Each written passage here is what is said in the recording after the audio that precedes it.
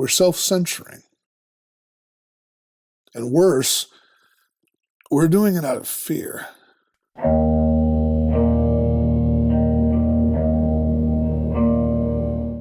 You know, I've noticed something in recent years that makes me laugh sometimes and also makes me wonder where we're headed as human beings. And it's one of those things that once you hear it, you cannot unhear it. And then you start to see it everywhere. Any of you notice how many people cannot make a point anymore without stapling a disclaimer to it? I don't know if this trend started in the political sphere or whatever, but it runs way deeper. It's all over the internet now. I watched this guy do a stream recently where somebody in his comments told him how good he would look in a blue Dodge Viper. And his reaction at first was, well, I wouldn't want one of those. And then immediately he goes into this diatribe about how, well, I don't have an issue with Dodge as a brand, and I don't have an issue with the Viper as a model. I don't have an issue with the color blue, and the blue Dodge Viper might work well for some people. And then he circles back to his original statement, saying, yeah, but I wouldn't want one of those. It's like, why wouldn't you just say it's not for you and get on with your stream, right? Like, I wouldn't care if I saw this once in a while, but I see it more and more all the time. And it's really as scary in the big picture as it is annoying on the surface. Let me explain.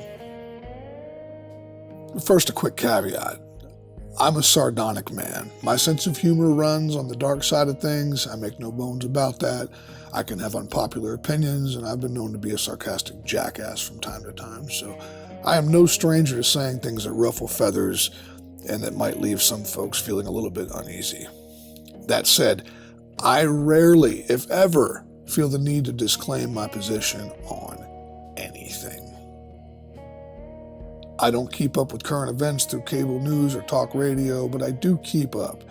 And what used to be a pretty fearless space online has turned into this thing where, people can't speak their minds anymore without worry. Fear of backlash.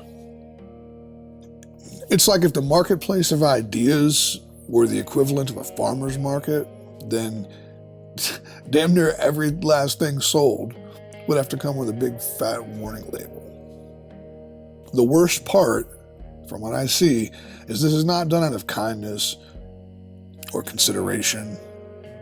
It's done out of an unhealthy fear. A fear of clip farming, a fear of backlash, a fear of negative comments. Context and disposition used to be a given, when we would communicate as people. But now everybody talks as though they have a lawyer whispering in their ear between every sentence, it seems. It's like there's terms and conditions and TOS behind every thought.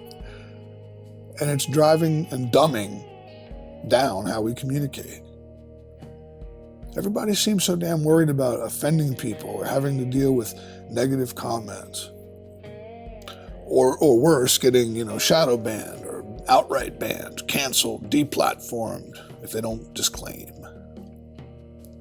It's like you'll see somebody show a clip where somebody in the clip says something controversial, and they'll preface the damn thing by saying how they don't endorse the idea. Or worse, you'll hear a controversial name come up. Left wing, right wing, chicken wing, doesn't matter. And you'll almost always hear these creators say, and this is my favorite, well, I don't agree with everything he says, but, okay. Since when does highlighting something that a person says mean that you agree with every last bit of drivel that ever came out their mouth? Can't a comment stand on its own merit? Are you supposed to agree with every last thing somebody says just because they say one interesting thing? I can speak for myself. I don't want everyone to agree with everything I say. I would argue that anyone who would agree with everything I say is a potential candidate for a restraining order. Disagreement should be as healthy as agreement, provided we come by it honestly. The problem is that once we weaken to this point where we're disclaiming every last thing, then we're at the mercy of the masses. And it starts with, I don't agree with everything he says, and then it just snowballs. It can't get any better. We live in a culture now where a person with controversial opinions can be interviewed by another person, and then the person that conducts the interview comes under fire for platforming a dissenting or unpopular voice. We're not talking about agreement. We're talking about guilt by association. We have devolved to that point. Since when does endorsing someone's right to speak even imply that you're in concurrence with their opinions or ideals? It makes no sense. There was an incident in the late 1970s, early 1980s, where the French literary professor Robert Faurisson came under fire for what was arguably Holocaust denial. And of all people, Noam Chomsky, right, the anarcho-syndicalist who's ethnically Jewish, not only stood up for his right to have an unsavory opinion, but even signed a petition to protect Faurisson's civil liberties, and then ended up writing the foreword in, I think, his next book a year or two after that. Now, do you think for a minute that Chomsky agreed with Faurisson's take on the events of World War II? Of course not. That's insane, right?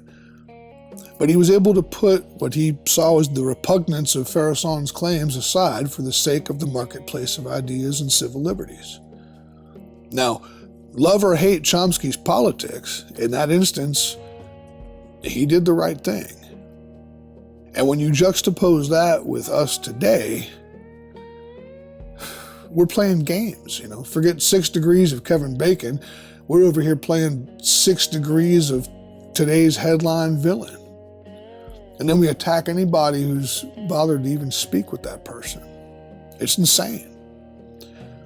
I'm old enough to remember a time when edgy voices had light cast on them, and people could then decide for themselves where they stood. That was the standard. Because when you cast a light on an opinion, any opinion, it can be examined. It can be challenged. It can be shot down if it doesn't hold up. But casting anybody's voice into the darkness can only make them stronger over time. And history has proven that in spades. Any idea that gets locked into the shadows will feed an echo chamber.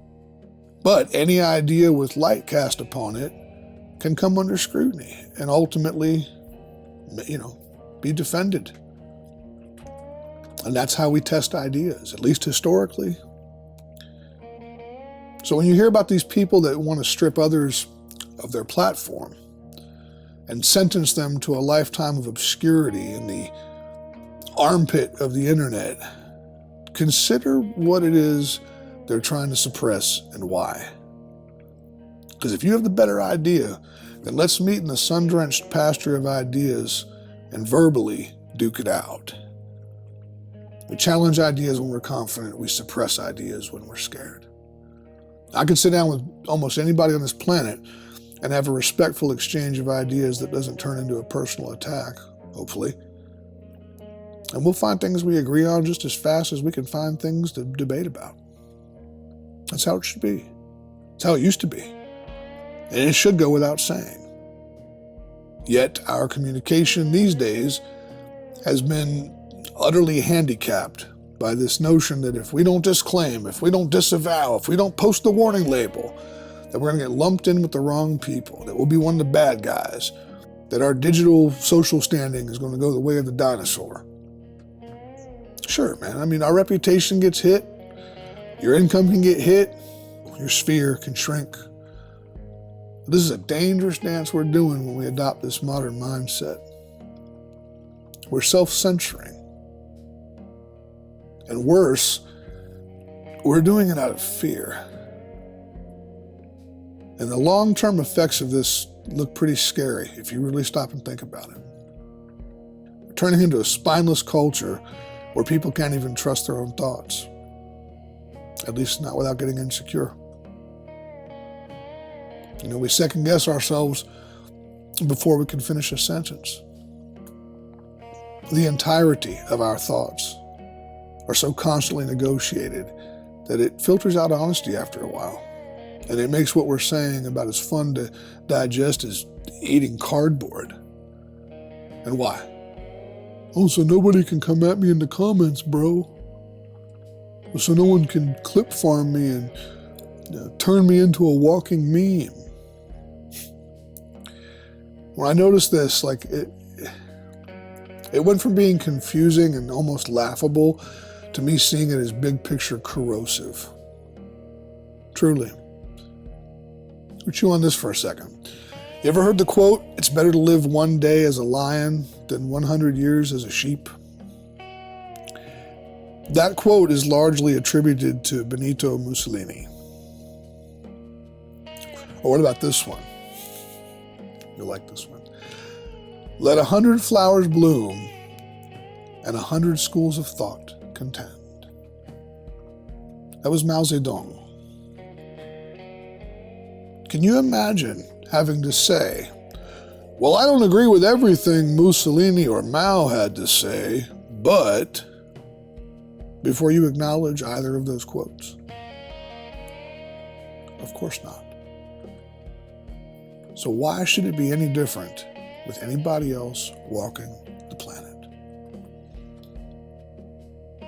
I can only speak for myself, but I would rather walk firmly on hot coals than to tiptoe around eggshells. And this warped, internet-driven form of communication is alarming. Have you noticed this trend? Leave an example in the comments if you have, because I do read them, and I try to reply to as many as possible. As always, I appreciate you being here, and I will see you next time.